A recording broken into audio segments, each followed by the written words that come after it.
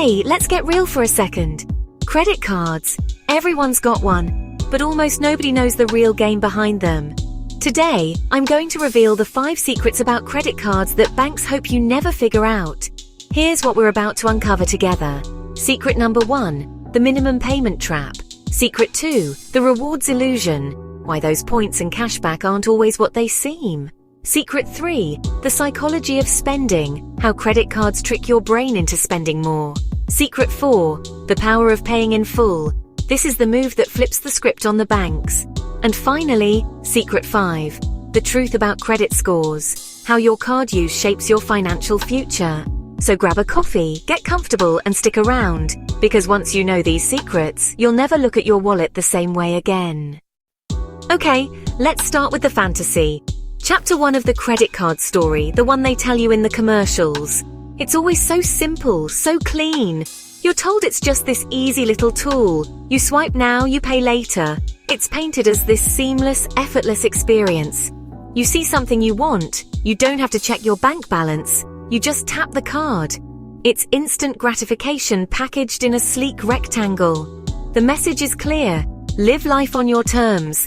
Don't let something as boring as cash hold you back from your dreams.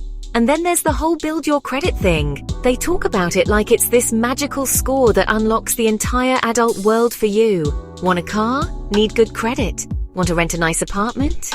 Better have good credit. It's presented as this responsible, forward-thinking move. By using their card, you're not just buying stuff, you're investing in your future self. You're building a reputation, a financial identity that will open doors for you down the line. It's a very clever pitch. And we can't forget the rewards, the cashback, the airline miles, the hotel points. It's like they're paying you to spend money. It feels like you're hacking the system, you know? You're not just a consumer, you're a savvy shopper, a travel hacker, a financial genius who gets free stuff just for living their life. It feels like you're winning at the game of capitalism, and all you had to do was sign up for a card. It taps into all of our desires for freedom, for security, for status, for getting a good deal. We're here to help you live a better, richer, more exciting life. But the question that never gets addressed is, if it's really that simple, why do so many people end up drowning in debt? Why does this simple tool so often become a heavy anchor? If the product is designed to be so helpful, why is the outcome so often the complete opposite? It creates this weird cognitive dissonance. On one hand, you have this promise of empowerment and financial savvy. You're told you're making a smart choice by getting a credit card. You're building your future, you're earning rewards, you're being a modern, responsible adult. Use the card, pay the bill, your credit score goes up, you get free stuff. A plus B equals C. It makes perfect sense on paper. But then you look at the reality, and it's just not that.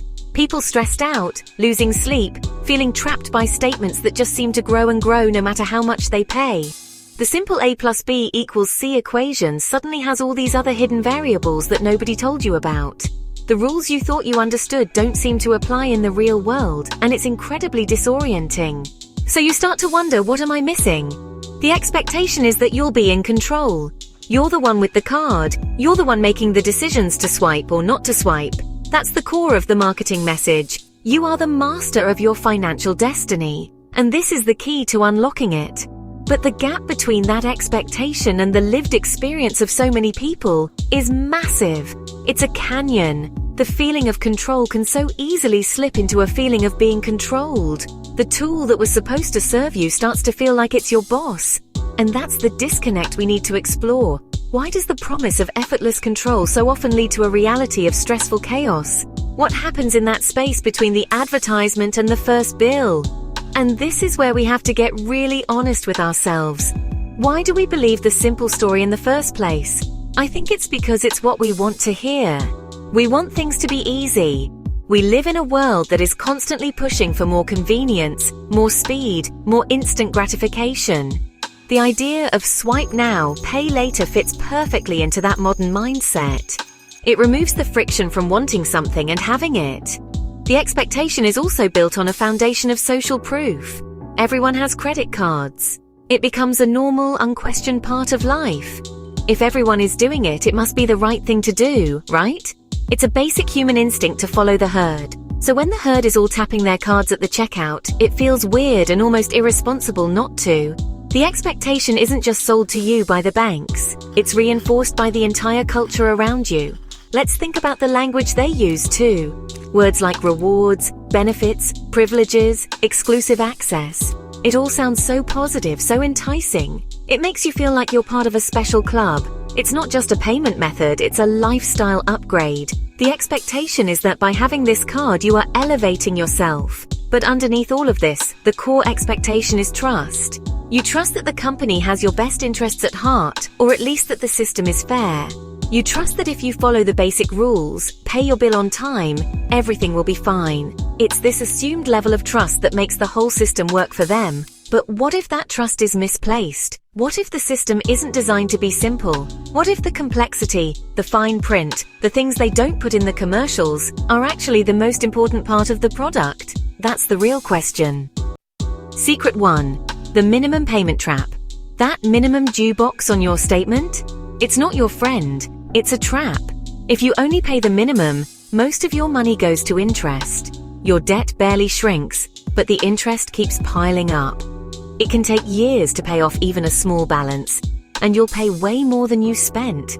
The system is built for you to stay stuck, paying interest forever. Don't fall for it. Pay as much as you can, ideally the full balance, every month. That's how you flip the script and take back control of your money. Knowledge is power, and you're just getting started. Alright, it's time for Secret 2, the rewards illusion. You know all those ads about cashback, airline miles, and hotel points? They're not just perks, they're bait. The whole system is designed to make you feel like you're getting free money just for spending. But here's the catch. The more you chase those rewards, the more you spend. Studies show that people actually buy more just to earn points or hit a bonus. The truth is, the value of those rewards is tiny compared to what you might pay in interest if you don't pay your balance in full. The rewards are the cheese in the mousetrap. So, Secret 2 is this. Rewards are there to make you spend more, not to help you get rich. If you're not careful, you end up paying way more than you ever get back. Now let's move to Secret 3, the psychology of spending. Credit cards are designed to make spending feel easy and painless. When you tap or swipe, it barely feels like you're losing money at all. Psychologists call this the pain of payment. With cash, you feel it leave your hand. With a card, that pain almost disappears, so you spend more without even noticing. And then there's gamification, earning points, leveling up, unlocking perks. It turns spending into a game, and games are addictive by design. Secret 3 is this. Credit cards use psychological tricks to make you spend more. Frictionless payments, rewards, and even the thrill of the game. The less you feel the cost, the more you spend. So if you want to win, you have to see through the illusion, both the rewards and the mind games. That's how you take back control. Alright, it's time for Secret 4, the power of paying in full. This is the move that flips the script on credit cards. Paying your credit card balance in full every single month is the ultimate power move. It's how you win the game. When you do this, interest charges become irrelevant. You never pay a penny more than you have to. The banks want you to carry a balance because that's how they make their money. But when you pay in full, you break out of their trap. It's a mindset shift, from being just a customer to being in control, using the card as a tool, not a crutch. You're using their system for your benefit and walking away clean. But this takes self-awareness.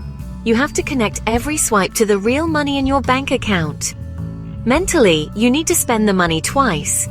Once when you swipe, and again when you pay the bill. It's not about restriction. It's about being real with yourself. Treat your credit card like a debit card with a delay. If you don't have the cash, don't make the purchase. Period. This is the difference between being the player and being the game piece. Now here's a practical tip. Set up auto pay. Technology can be your best friend. Setting up automatic payments is a non-negotiable safety net. Set it to pay the full statement balance every month. If you're worried auto pay might overdraw your account, that's a red flag you're spending more than you have. The beauty of auto pay is that it removes the two biggest enemies of financial success, forgetfulness and procrastination. It's one less thing to worry about, and it protects you from late fees and interest. Your homework. Go into every single one of your credit card apps and set up autopay for the full statement balance.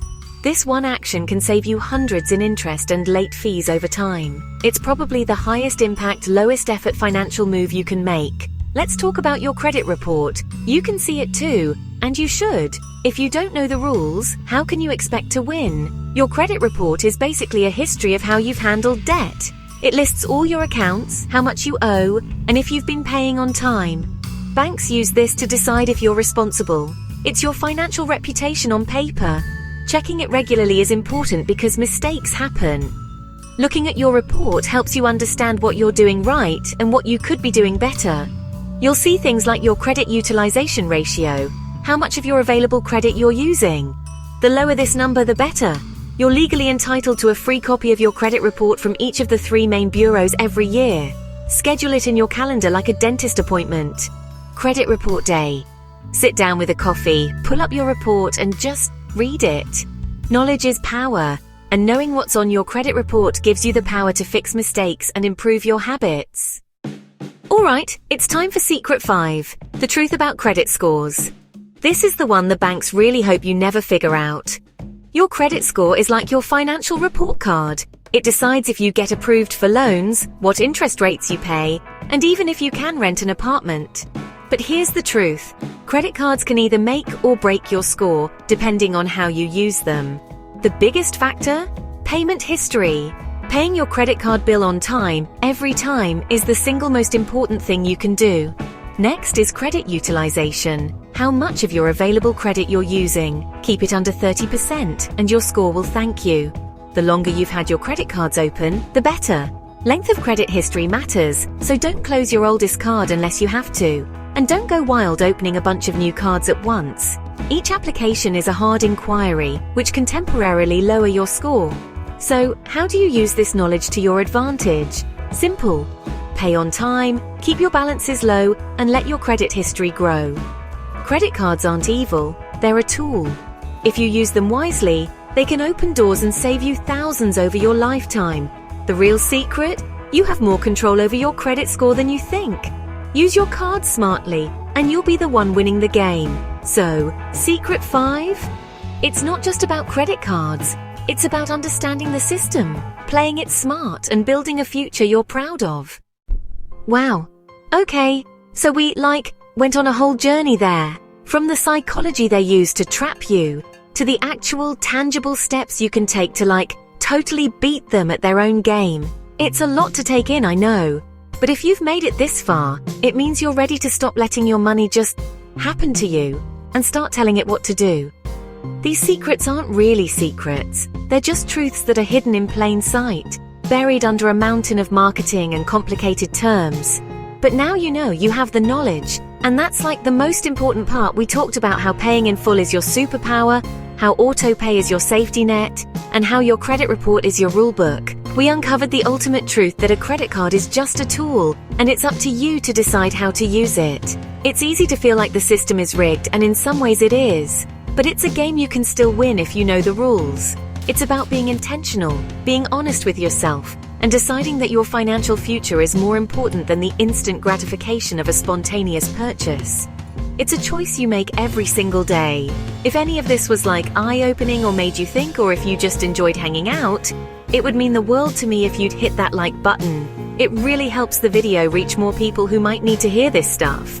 And definitely subscribe if you haven't already, because we're going to be breaking down a lot more of these weird, complicated money topics and making them, make sense.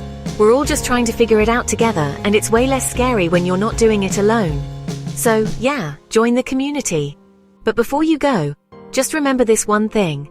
The real power is in your hands. It's in your choices, your habits, and your mindset. Don't let the banks or the credit card companies write your financial story for you. You are the author. You get to decide what the next chapter looks like. You've got this. Seriously. Okay, that's all I have for you today. Thank you so much for watching. See you in the next one.